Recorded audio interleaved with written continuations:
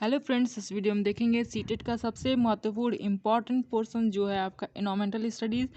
और ये जो आपका पोर्शन है सब इम्पॉर्टेंट इसलिए बन जाता है क्योंकि कम से कम इसमें एनवायरमेंटल स्टडीज़ में 15 क्वेश्चन आपका इसी से पूछता है, जो पूरा टू द टॉपिक होता है और इसमें कोई चेंज नहीं होता। तो टॉपिक स्टार्ट करने से पहले हम अपना कुछ उसी से कुछ एक दो क्वेश्चन देखेंगे। तो क्वेश्चन को पहले देख लेते हैं, लेकिन आंसर आपको कमेंट सेक्शन में देना होगा, उसके बाद से हम इसका सॉल्यूशन करेंगे। तो क्वेश्चन आपका पहला है कि यहाँ पे कुछ शहर दिया हुआ है और वहाँ पे अत्यधिक पसंद भोजन दिया हुआ है कुछ एक कॉलम में।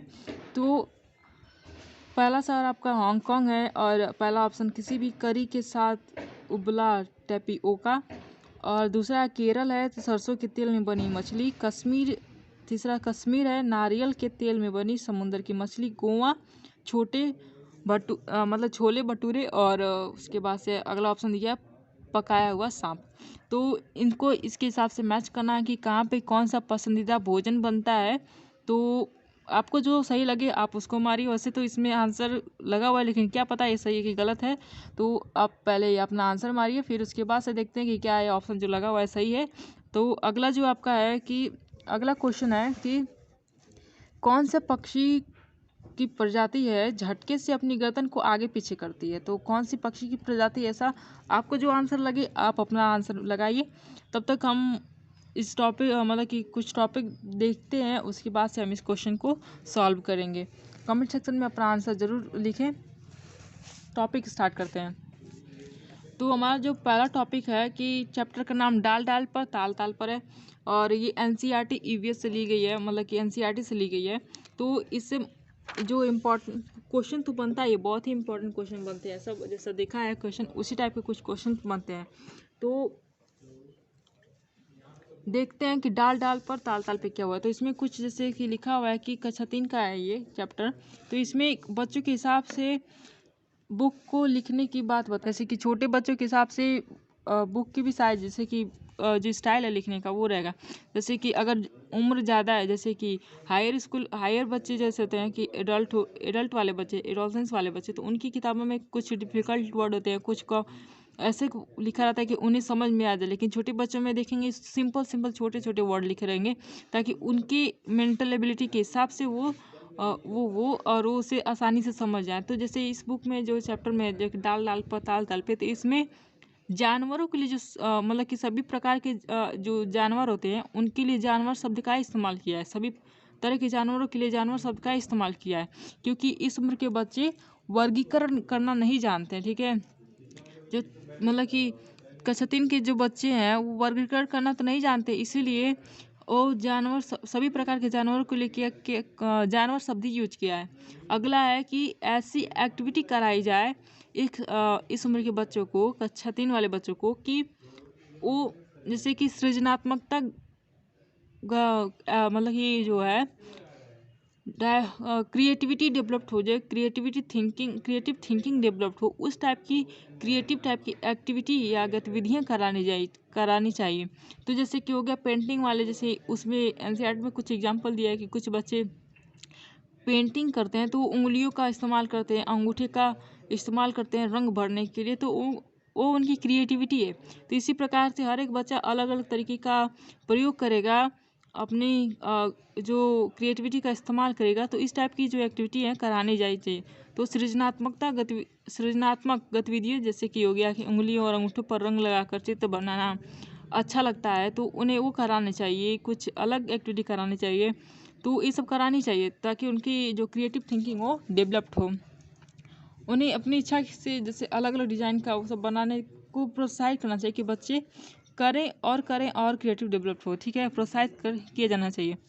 और इसमें एक एग्जांपल दिया है जिक्सॉ का। जिक्सॉ क्या होता है, एक प्रकार का पजल टाइप का गेम है। ठीक है, पजल टाइप का गेम है। तो इसमें जैसे एक कार्डबोर्ड है, ये इस पर कोई चित्र बना हुआ है। मान लीजिए कि एक बॉय का चित्र बना हुआ है, ऐसे कुछ ऐसे लड़के का लड़की का किसी चीज़ का चित्र बना हुआ है। तो इसको टुकड़े में काट देते हैं, जैसे इसे कई टुकड़ों में काट देंगे, जैसे ऐसे काट दिया, फिर यहाँ से ऐसे ऐसे काट दिया, ऐसे ऐसे काट दिया, कई टुकड़ों में काट देंगे। फिर इसको बच्चे से कहेंगे कि लो इसे अरेंज करो टुकड़े में काट देते फिर से बच्चे को दे देंगे इसको फैला के, तो वो बच्चा उसे फिर से अरेंज करेगा प्रॉपर में, फिर से कि ताकि इसे फिर से वो इमेज बन जाए। तो ये इसी टाइप का गेम होता है जिक्सा, इसी कहते हैं।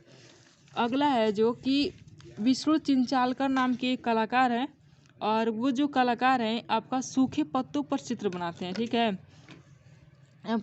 मतलब सूखे पत्तों से चित्र बनाते हैं। इनका क्या नाम है? विष्णु चिंचालकर। और ये कहाँ के हैं? आपका मध्य प्रदेश इंदौर के हैं। विष्णु चिंचालकर मध्य प्रदेश इंदौर के हैं, ठीक है। अगला है जैसे कि अभी क्वेश्चन पूछा था कि मैना या फिर तोता की कौन सी पक्षी की प्रजाति है जो अपने गर्दन को आगे पीछे झटके से हिलाती है, तो कौन सी प्रजाति है? यहाँ पे सीधे सीधे आपका आंसर मिल सकता है कि देखिए, मैना जो होती है कि अपने जो गर्दन को झटके से आगे पीछे हिलाती है, आगे पीछे से हिलाती है, ठीक है। इसे क्या कहते हैं?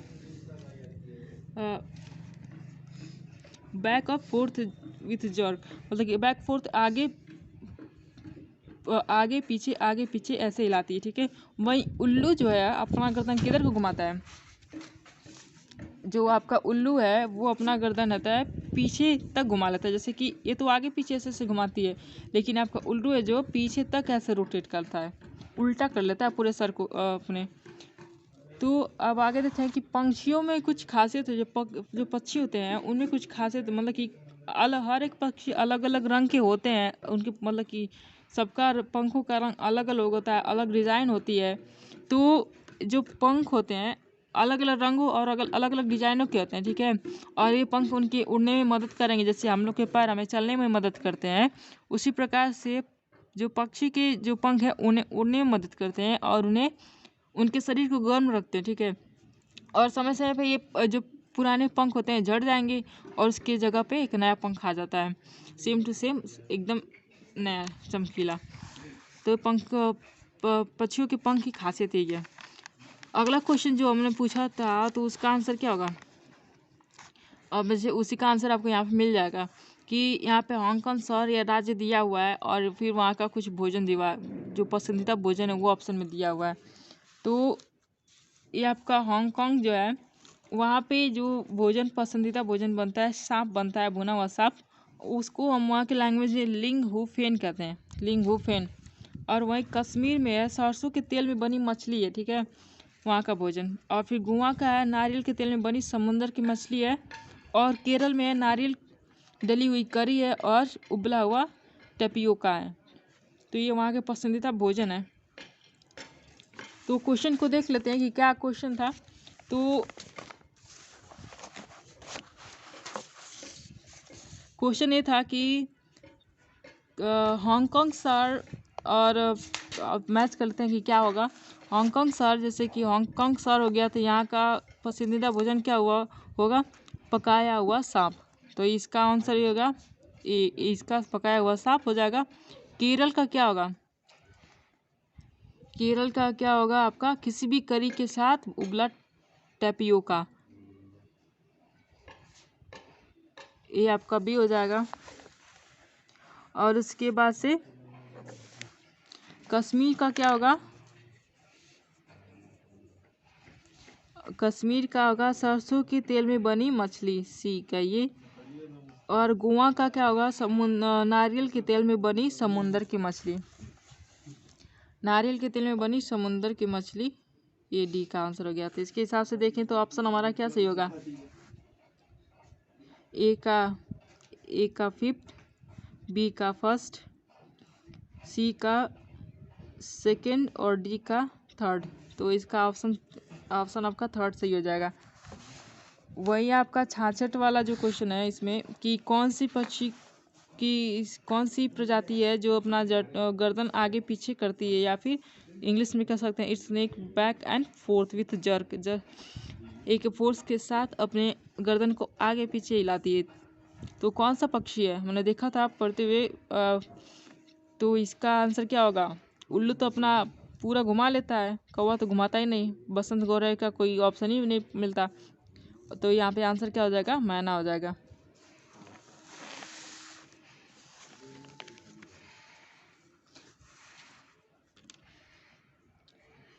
आगे की वीडियो में हम देखेंगे ब्रेल लिपि क्या होती है और पोचमपल्ली के बारे में। ठीक।